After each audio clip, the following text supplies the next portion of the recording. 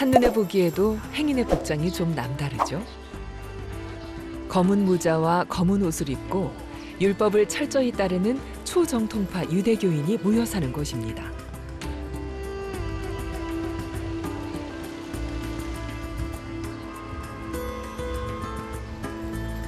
공동체를 이루며 사는 이들은 흔히 하렛이라 불리는데요. 성서에 따라 옆머리조차 함부로 자르지 않는 엄격한 종교인입니다.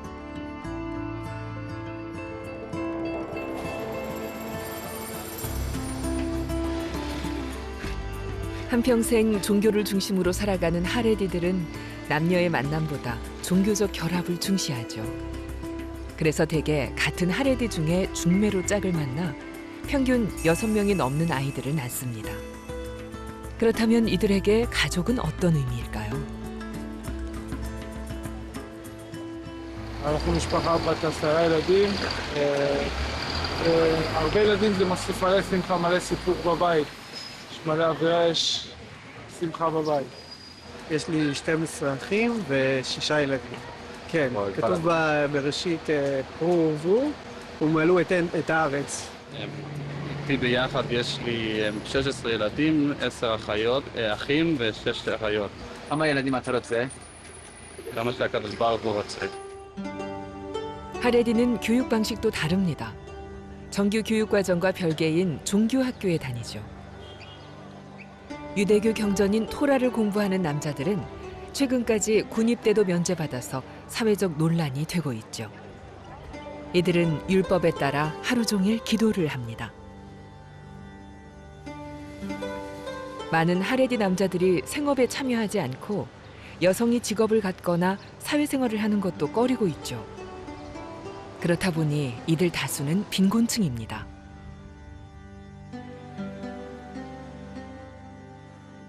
최근 하렛이 사회에도 변화의 바람이 불고 있습니다.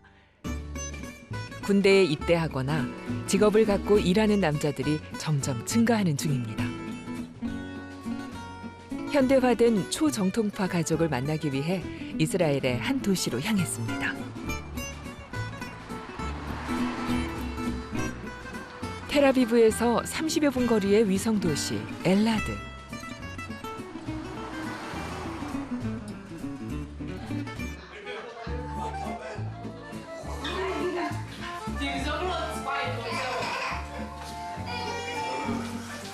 소란스런 저녁 시간. 초정통파 유대교인이지만 아버지가 공무원으로 일하는 현대화된 하렛이 가정입니다.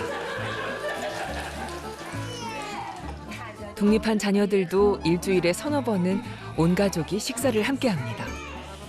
3대 가족이 총 20명이 넘지만 앞으로 아이를 더 낳을 계획이라는군요. 잠시 이들과 인사를 나눠볼까요? This is the young one. This is Barry, my grandson. This is Moti. This is Hanoch. Talia. And her son. This is my wife Ilanit. My son, Itai. My daughter Adas. And the other daughter, Tahir, my son, Chaim Vital, and my youngest daughter, Yahel. We bring 6 children, and now when I'm 55, I said, why I didn't bring more few children? אני רוצה כמה שיותר בעזרת השם. אבל לעצור באיזשהו, ב10 לעצור בעזרת השם.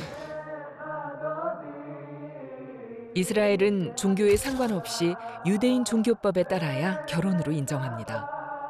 초정통파 유대인들은 더욱 하느님의 말씀을 충실히 따라야 하죠. 출산도 마찬가지입니다. 적극적으로 아이를 낳는 것도 경전을 실천하는 것입니다.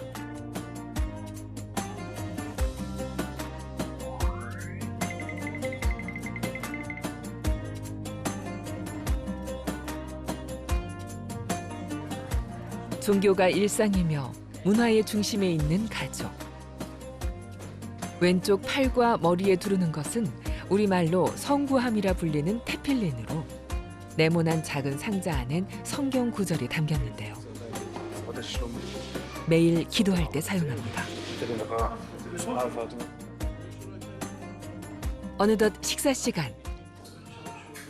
유대인 방식 코쇼로 만든 음식이 한 상 차려졌네요.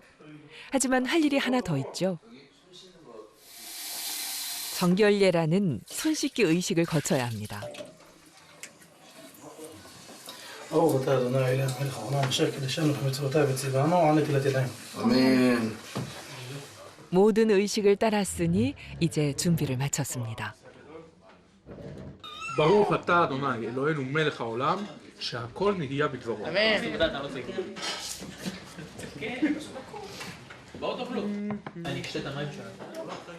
So we are a very, very small nation.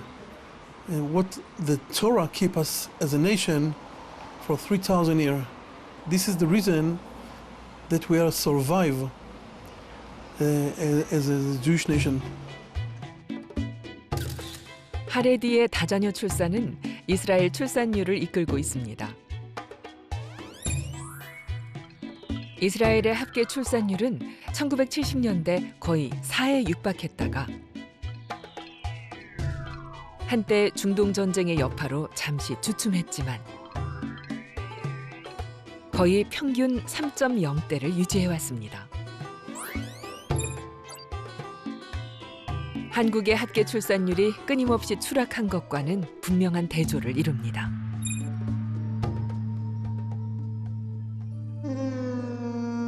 OECD 출산율 1위 이스라엘은 성스러운 땅으로 알려진 나라입니다.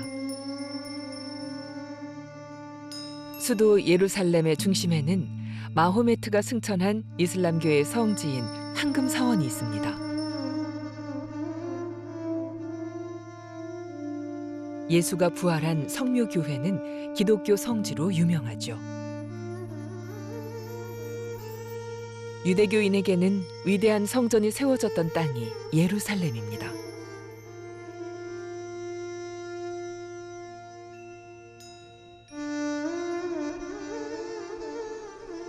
유대교 성전의 서쪽 벽이 서 있던 자리가 남아 통곡의 벽이라 불리고 있죠.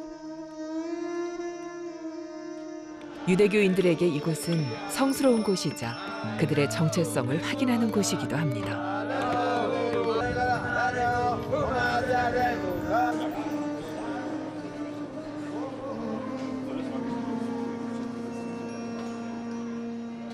유대인의 기도와 바람이 가득한 통곡의 벽.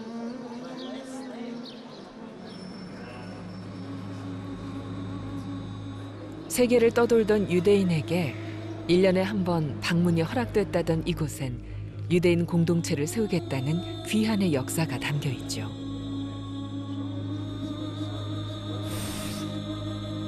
과거 유대인이란 이유만으로 박해를 경험하고 나치 정권 당시 홀로코스트란 끔찍한 비극까지 겪었던 민족, 유대인. 세계에 흩어져 있던 유대인들은 영국의 위임 통치 시절 그들만의 나라를 건설하기 위해 지금의 이스라엘로 모여들었습니다. 그러다 마침내 현재의 영토에 정착해 이스라엘 건국을 공식 선포했습니다. 하지만 하루아침에 삶의 터전을 빼앗긴 아랍계 민족에게는 유대인은 침략자일 수밖에 없죠. 지금까지 전쟁과 테러가 잦은 분쟁 지역입니다.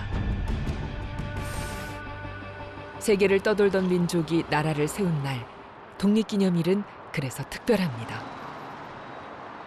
독립기념일 오전 10시.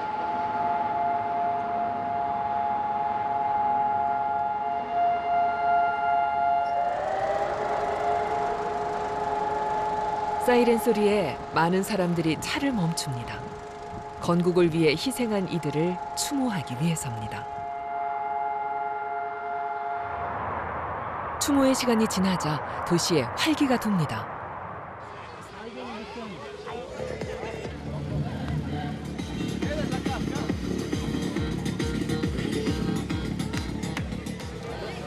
건국 선언을 한 독립기념일은 이스라엘 사람들에게는 축제의 날이기도 합니다. 약속의 땅에 나라를 세운 기쁨의 날이죠. 사실 이스라엘은 유대교를 믿는 세계 70여 개국에서 온 선조들이 세운 나라입니다. 신앙을 중심으로 뭉친 국가죠. הארץ שלי בעצם עלתה מברית המועצות, הם עלו מגיאורגיה בשנת 1969. המשפחה שלי, גם אני אישית, בגיל 5.5 עזבתי את אתיופיה טיגריי, גם יחד עם המשפחה במטרה לעלות לירושלים. אימא שלי נולדה בארץ, ואבא שלי עלה מהודו כשהוא היה בן 18 בערך. עלינו ארצה ועלינו דרך מדברות סודאן. הלכנו ברגל במשך 30 יום בכדי להגיע לסודאן, ומסודאן נולדו כאן. אבא שלי נולד בטורקיה, הוא הגיע לכאן בגירוש ספרד, היה גירוש ספרד, הוא הגיע לכאן, הוא נולד בטורקיה, הוא עלה כשהוא היה בן שנה. סבתא אחרת באה במצרים, סבא בא מפולין. כל אחד, ארץ ישראל זה בעצם מכל קצוות העולם. 출신 지역도 인종도 다르지만 유대인이라서 억압받았던 과거의 기억은 이스라엘인 모두가 지금도 기억하고 있습니다.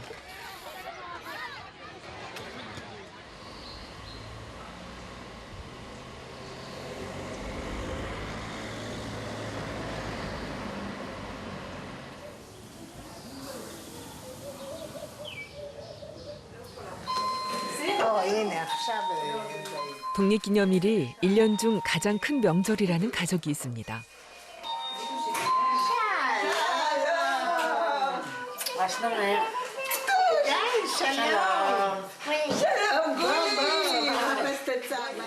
홀로코스트 생존자 드보라 세겔 씨입니다.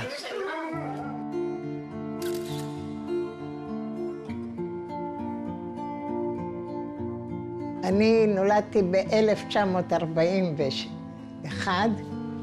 בגטו ורשה, ואז אימא שלי החליטה שהיא בורחת, וכשהיא ברחה אז הגרמנים הרגישו שהיא בורחת והם רדפו אחריה בתוך הביוב והם ירו עליה. אימא שלי נפצעה ביד ואני שפשף לי ככה בראש, כי זה, קודם כל זה היה משהו שהוא לא דבר רגיל. 6 מיליון, זה המון. וזה גם חלק מההיסטוריה שלנו. אם לא נזכור את השואה ולא נדע, אז גם חלק מההיסטוריה שלנו לא יהיה. אני חושבת שבישראל כן צריכה להיות ילודה גדולה. כי זה הקיום שלנו. 홀로코스트 생존자의 가족이라 독립기념일엔 모두 함께 식사를 합니다.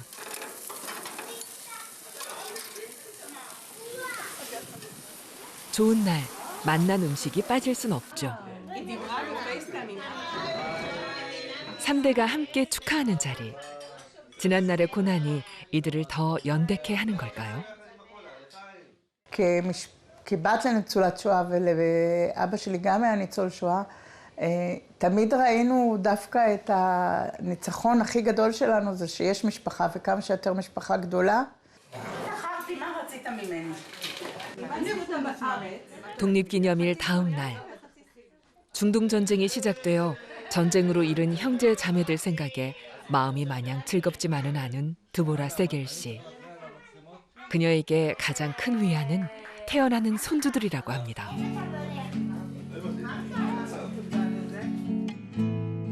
이들은 생의 의미와 가치를 가족에서 찾고 있습니다. אני חושבת שלמשל לי מאוד מאוד חשוב היה שיהיה לי כמה שיותר ילדים. אחד הדברים הכי חשובים, וגם לבעלי, שיהיה לנו משפחה.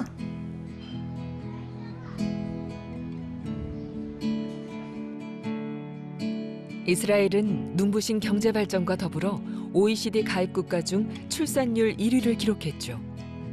지난한 유대인의 역사가 인구에도 영향을 미친 걸까요?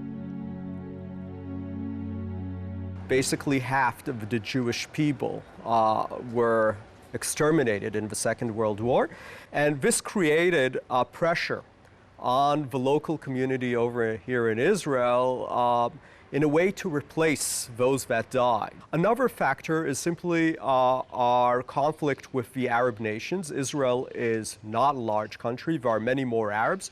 Its very establishment, Israel as the Jewish state, emphasized the importance that people have numerous children, and basically the state was thinking about them as future soldiers. 이스라엘의 인구 전문 연구기관을 찾았습니다. 한 전문가는 인구에 대해 또 다른 해석을 내놓았죠. If there is an effect of the Holocaust, it's specific to Israel. But then that then raises the question, why? So what makes Israel so specific that the Shoah, that the Holocaust would only have an effect here? And I mean, you're here in a season where there are sirens going off last week, so it's people feel this thing, but does it affect their decision to in the bedroom between a husband and wife are talking about whether to have a child? Are they really talking about things which happened 70 years ago? Have they been subconsciously affected by it? 분명한 건 건국 당시부터 유대인을 늘리기 위해 노력해왔다는 겁니다. 초대 총리도 적극적인 이주 정책을 선언하기도 했죠.